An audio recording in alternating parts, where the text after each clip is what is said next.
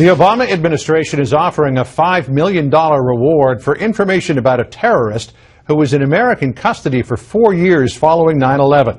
Correspondent Shannon Bream reports on what this says about the president's efforts to close the Guantanamo Bay detention facility. Released from the Guantanamo Bay Detention Center in 2006, Ibrahim al-Rubaysh, administration officials now say, has rejoined the fight.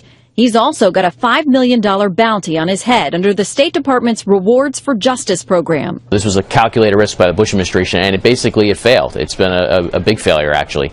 Al-Rubaysh was transferred into a Saudi Arabian rehabilitation program, one that was supposed to change him from a terror suspect into a productive, law-abiding citizen through sports and art therapy. It didn't take. He quickly fled to Yemen, where he helped to reestablish al-Qaeda in the Arabian Peninsula, which is really one of the strongest branches of al-Qaeda. It's just one example of the growing number of Guantanamo Bay or Gitmo detainees who've been released and returned to terror activity, and oftentimes key leadership positions. They're unreconstructed enthusiasts for terrorism.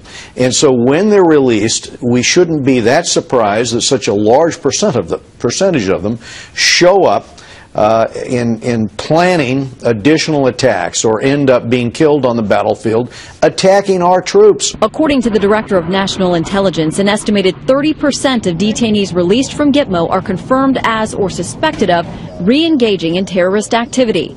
But that doesn't mean the administration is planning to dial back efforts to release dozens more. I think where we are today is with some momentum, and we have moved forward.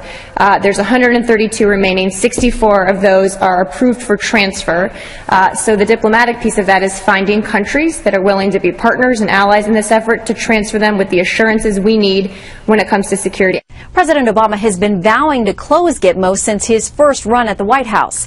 There have been numerous bipartisan congressional efforts to limit or block the release of Gitmo prisoners, and they're expected to heat up again when Republicans take control of both the House and Senate early next year.